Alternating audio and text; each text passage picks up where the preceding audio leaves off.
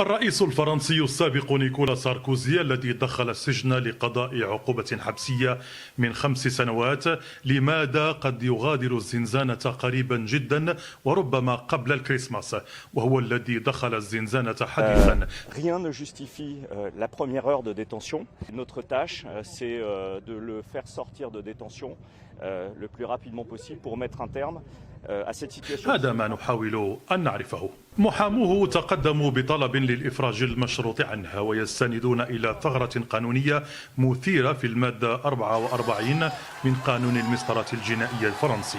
هذه المادة تبرر الحبس المؤقت فقط إذا خشي القاضي من 3 أمور: فرار المتهم، أو تأثيره على الشهود، أو إتلافه للأدلة.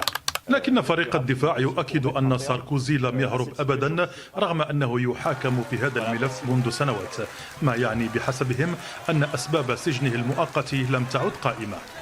وهناك ورقة رابحة أخرى، فالرئيس الفرنسي السابق سيبلغ 71 في شهر يناير المقبل، ووفق القانون الفرنسي فإن أي مدان تجاوز 70 عاما يحق له أن يطلب الإفراج المشروط مهما كانت مدة العقوبة المتبقية. والآن أمام محكمة الاستئناف الشهران فقط للرد على طلب محاميه، أي قبل 21 من شهر ديسمبر.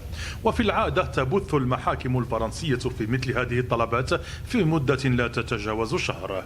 بمعنى آخر، قد يكون نيكولا ساركوزي في منزله قبل عيد الكريسماس، وإن رفضت المحكمة الطلب فسيظل في سجن لا سونتي وسط باريس إلى غاية العام المقبل، حينها يمكنه مرة أخرى أن يتقدم بطلب جديد للإفراج المشروط.